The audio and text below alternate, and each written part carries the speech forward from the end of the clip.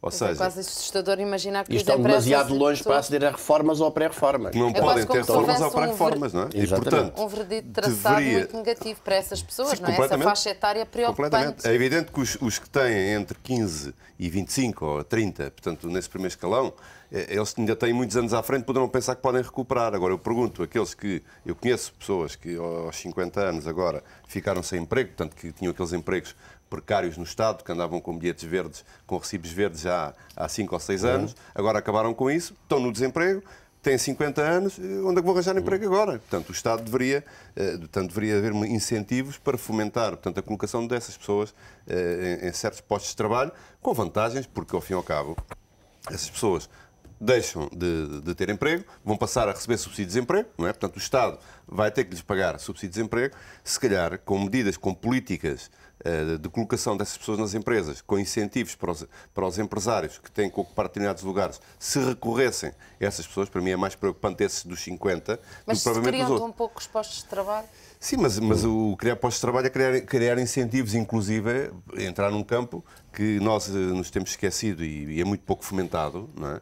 Que é o do empreendedorismo e, portanto, da iniciativa dessas pessoas criarem os seus postos de trabalho, não é? Portanto, há conjunto de atividades onde ainda se nota falta de mão de obra, portanto, é evidente que há setores sedentários, mas há outros que não, ainda há setores que necessitam. Alguns até poderão ser atividades sazonais, mas não importa. Portanto, se criassem incentivos para que essas pessoas criassem suas próprias organizações. E, portanto, fazendo isso, estar-se-ia, portanto, a melhorar, portanto, essa situação. José Almada, deixa-me só cortar a palavra só para dizer o seguinte. Voltamos à pergunta que a Alda colocou inicialmente.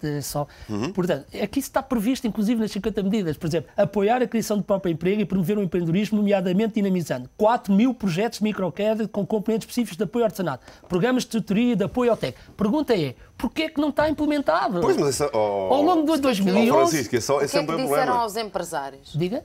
Houve alguma conversa agora, já após anúncio de medidas? Não, eu penso que não. Eu penso que a única coisa que, pelo menos, pessoalmente, que eu saiba, foi aquela reunião com os grandes exportadores. Acho que foi a única coisa que aconteceu, pelo menos do meu conhecimento. Estas medidas são positivas, tal como há pouco estava a falar do apoio à contratação dos jovens, mas a questão que se coloca é que isso é para o ano 2011. Não, neste momento, aquilo que nós sabemos como empresários é que eu tenho um código contributivo a partir deste mês de janeiro, inclusivamente com bastantes indefinições. Sim, que entrou em vigor. Com indefinições. E ninguém sabe. E com bastantes indefinições. Não há nenhuma informação sobre uma série de pontos que são altamente confusos e pouco claros no respectivo código. Exatamente. Mas essas 50 medidas serviram para o engenheiro José Sócrates ficar bem naquela fotografia, primeiro que tirou cá com alguns dos parceiros sociais e depois foi tirar no dia seguinte à Cimeira em Bruxelas. Não servem rigorosamente para mais nada. São medidas importantes. O problema que se coloca é que não são postas em prática. Ou seja, do ponto de vista prático, se o empresário Francisco Banha quisesse agora contratar um jovem licenciado, um incentivo, e não receberia um incentivo destes... daquilo que está previsto. Não há nada. É difícil e acima de tudo é difícil e mais. Eu não estou a convidá-lo a fazer aqui Não, estou mais preocupado. Mas era só para perceber, até para quem nos está a ver, é importante perceber. É importante e, por exemplo, aquilo que o meu colega estava a referir, esta questão do empreendedorismo... traz as soluções, não é? O papel não traz soluções. Exatamente. Esta questão do empreendedorismo é importante e passa, na minha opinião, passa muito por aqui, nomeadamente na tentativa de, através destas iniciativas, diminuir o tal índice de importação que há pouco se estava a referir. E acho que agora, inclusivamente, estão identificadas. E isto, as áreas do venture capital, o problema que se coloca muitas vezes é este caso. É muito bonito da parte do discurso, da parte da retórica, mas depois na prática a coisa é mais difícil de pôr em prática. Mas a questão que se coloca mais agora em termos de no momento corrente, e eu penso que também iremos falar agora aqui, para além destas medidas, tem muito a ver com algumas alterações ao nível laboral. E, portanto, eu acho que continuamos, e não sei se poderei dar agora o meu contributo, desculpa por ter a palavra, não tem problema, mas é que num período em que a economia não cresce, em que inclusivamente se acentua a recessão, onde as empresas têm menor atividade empresarial, e tem as suas estruturas, acho que se devia, lá está e também está previsto dizer o seguinte, agilizar o regime legal de redução ou suspensão do contrato de trabalho em situação de crise empresarial. Por exemplo, pergunta-me a mim, Francisco, na sua empresa, se agora tem uma boa estrutura de pessoas, tenho, altamente qualificadas, tenho, mas não tenho trabalho para elas, só tenho, por exemplo, trabalho para trabalhar em 4 dias por semana. Não há nada, não há nenhum programa que eu possa recorrer para que as pessoas na minha empresa apenas trabalhem 4 dias por semana. Garcia Pereira, como é que não isto há, se não. facilitava? Como? Então, como? Temos aqui já lá vamos. Há o layoff ou a suspensão e redução do horário de trabalho que está previsto na lei. O que se utiliza é pouco, que é outra coisa. Mas, de facto, até devo dizer mais, e importa assinalar isso, porque se falou muito nessa matéria.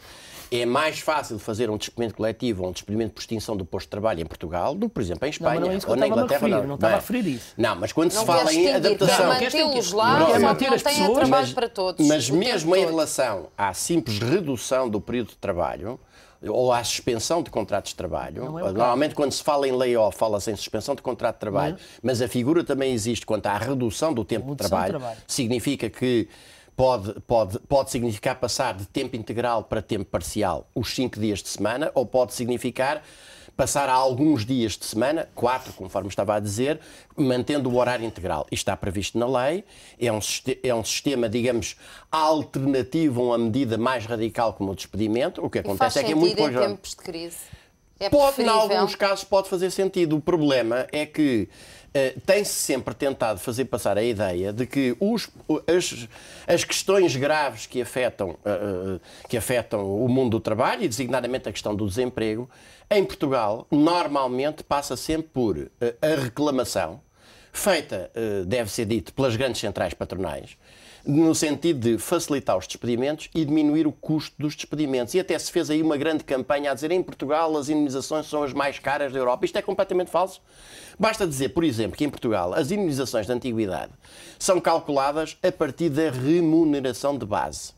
Em Espanha, por exemplo, as indemnizações são calculadas, como antigamente eram em Portugal, a partir de toda a remuneração do trabalhador. Isto naqueles setores em que há retribuições diferenciadas e há os chamados fringe benefits, faz toda a diferença.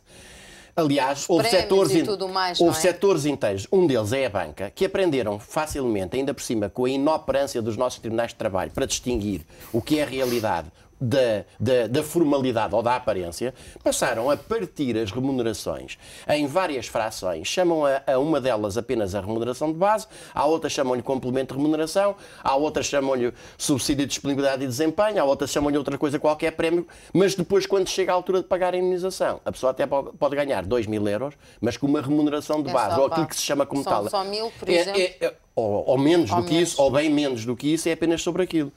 Agora, eu acho que não é por aí. De todo não é por aí. O que nós precisamos, vamos lá ver, e eu acho que a primeira coisa que a gente tem de fazer é rebentar o colete de forças em que nos querem colocar sempre que alguém quer fazer um discurso, digamos, estratégico do país. Aquilo que houve sempre é, se qualquer de nós quiser dizer, mas vamos lá ver, vamos discutir aqui um programa, não, espera lá, o que nos interessa agora é amanhã.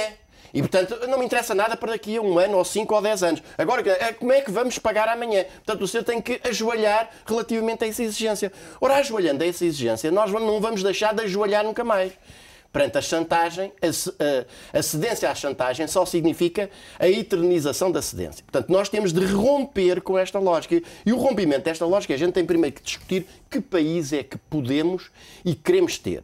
Nós podemos ter um país que, como foi assinalado, e muito bem, importa a maior parte daquilo que come. Isto é, nós não temos condições para ter uma agricultura que baste à maior parte das nossas necessidades alimentares e que não nos coloque na situação que à primeira greve dos caministas que dure mais 2 ou 3 dias nós começamos a ter falta de alimentos. Segundo, nós podemos ou não podemos ter um setor industrial de qualidade e competitivo. Podemos. Assenta em quê? Por um lado, naqueles setores onde tem... Temos que ir para intervalo. Quero dar o outro ponto. Havia um outro ponto para não romper de todo o seu raciocínio. Quanto às importações e exportações, queria só chamar a atenção que fala-se muito no apoio às exportações, sem se verificar uma coisa. Se for ver quem são as maiores empresas exportadoras... São as maiores. São também as maiores importadoras. Ou seja, grande parte daquilo que se chama exportação não passa de reexportação. E, portanto, o chamado apoio à exportação, em vez de estar a servir para apoiar o reforço da nossa capacidade produtiva, está a servir para apoiar a maior dependência relativamente ao exterior. Nós temos que, de facto, produzir, como foi dito, e acho bem, temos que produzir para não ter que importar e não temos que produzir fundamentalmente para exportar. Vamos com estas ideias para o intervalo, interessantes todas elas e importantes. É um breve intervalo nesta Comissão Executiva. Hoje estamos a falar do emprego, das perspectivas para 2011. Voltamos já, volte connosco.